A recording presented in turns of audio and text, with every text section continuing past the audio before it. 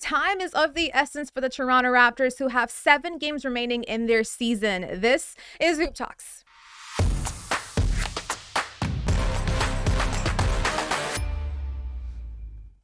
Welcome back, you guys. I'm Noor Zainab, Justin Pooni, Jelani Goodridge-Reid, and we actually have some good news for Raptor fans on this fine, actually gloomy kind of Monday, because the Raptors won both their games against the Pistons and the Thunder. We saw OG Anunoby last night actually have a team-high 29 points. He had 8 rebounds, 52% from the field, and a whopping 40% from 3. Is that the OG that we know? Not really. And then Scottie Barnes made a return last night as well, and he had a respectful night, giving us 13, 5, and 6, taking the team, and they closed it out. Both games they closed out very well, covered the spread. Thank you, FanDuel. But for you guys, what has it been like seeing the Raptors over the last 2 games, and what did you like that you saw?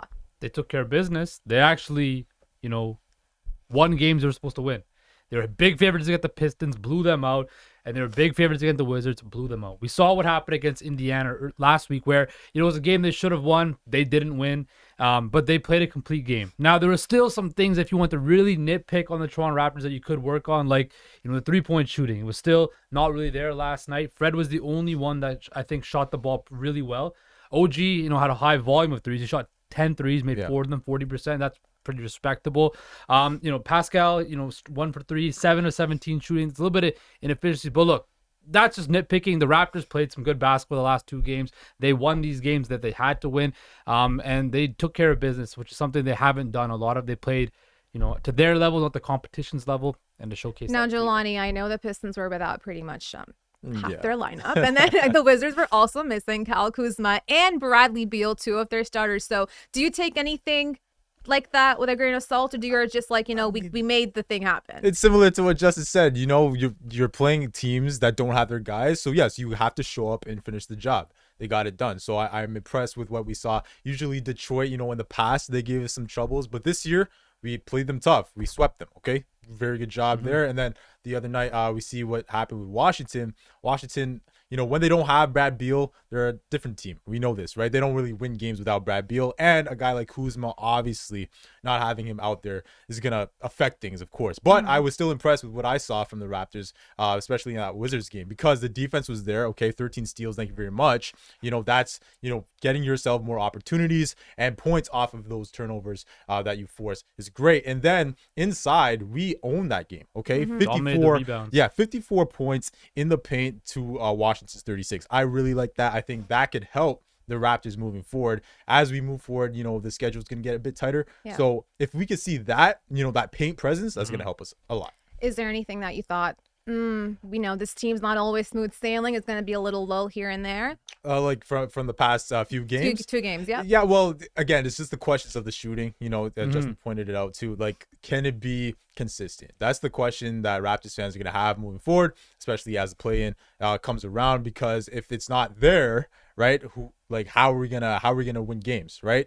We've seen it the last 2 games, here and there, a few guys have stepped up in that spot. So my question is, can the shooting be there? But yeah, overall, I am impressed with these 2 wins. Took care of business. That's what the biggest thing was. Like, they needed to win those games, and now you look at it, they're tied with Atlanta for the 8th seed, right? Yeah. So if they can move up and potentially play a Brooklyn or Miami who's fighting for that 7th seed, that could be something to look out for. Again, as we mentioned last week, I still would want to avoid, Miami and Atlanta at all costs. So things are tightening up, and the Raptors took care of business. Well, Justin, as you guys mentioned, there's 7 games remaining. 1 against the Heat, their next one. They're gonna take the Sixers, the Hornets twice, the Celtics twice, and then they end everything off with the Bucks.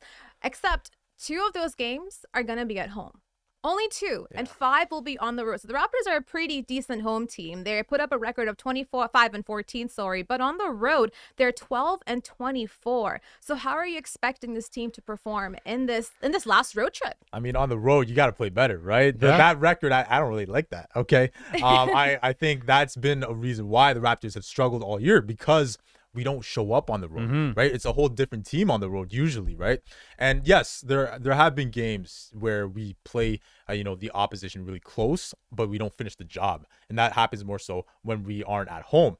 So when you're listing those teams, right, those are playoff teams. Those are, high flyers in the Eastern Conference for the most part, right? Not the Hornets. All right, they beat the With all Mavericks due- back to I know, back. They beat but the with all, Mavericks with back to all back. due respect, right? So maybe they could play spoiler, Yeah. probably, possibly, but I'm looking obviously at those other games because the Sixers, right? They're playing for that seeding. The Celtics are playing for seeding right now. They've been dropping off a bit, so they want to get back up. Mm-hmm. The Bucks, we don't know. Like, will they play their guys at that time? Will they already have that one seed? That's a question as well. And when we play a team like Miami, who's hungry, to secure a top 6, that's where your guys have to step up. So that's a big question. Yeah, I mean, I'm looking at the schedule right now. It really means that the Raptors are playing the top 3 teams in the Eastern Conference to end off their season. So, if anything, it's kind of poetic. It's almost monumental that you're ending the season with the Bucks to kind of show what your team looks like. Yeah, right? I mean, the last game of the season to me, we'll see. It all depends on how the playoff situation breaks down. The Bucks could already be like locked into a spot and then rest a bunch of players, which could work for the Raptors' benefit if they're still fighting for seeding coming into that last game. The Charlotte games are the ones that are the most important to me. Yeah. I want to see that team. I want to see the Raptors play. Take care of business. Play their game. Don't stoop down to the Hornets level, because as the Hornets showed you this past week, and if you don't play, if you have an off game, they can get you. Right. Yeah. So those are the 2 most important games of the upcoming schedule. Those 2 games in Charlotte. Again, Miami. This game against Miami is going to be a big game, but Miami's playing very good basketball right now, and I'm very, You're concerned. I'm concerned. I think Miami will probably win that game tomorrow. I would also say though, like on top of the Charlotte games, any games that you're at home versus Miami and the Bucks, you gotta win. Because if those 5 games are gonna be on the road, that's gonna be tough against the Boston Celtics, right? You're taking them twice back to back. So if anything, get those wins at home because we know they're a good team at home. But if this pretty much means the Raptors are gonna be taking part in the play-in, and we know how the Raptor fans, how Masai, how everybody feels about the play-in. So real quick, you guys, are you guys excited? Are you excited to watch the Raptors in a little bit of a playoff atmosphere? I would rather see them in this situation than not. Like, I'm a fan, right? So I want to see them play for something. Yeah. But I know at the end of the day what's gonna happen, right? I know we're probably gonna get out of the play-in. I think we can. You're gonna get out of the play-in? I think so. Okay. I think so. I think so It's too. possible. I But then think if after that, yeah. If you can I get just can't the wait for 8th Mikal seed, Bridges though, to go. If you can get the 8th seed, that means you only have to win one game, and that's the problem. If you're going to be 9th and 10th, a little bit harder, but 8th or 7th, you can kind of figure out your way. But yes, the Raptors take on Miami tomorrow night. It's going to be their first game at home, and the next 7 games, where they only have 2 games that they will be playing in Scotiabank Arena, the next 5 will be on the road. So their last road trip. Let's see how this team fares. We'll be back Wednesday. See you guys next time. This is Hoop Talks.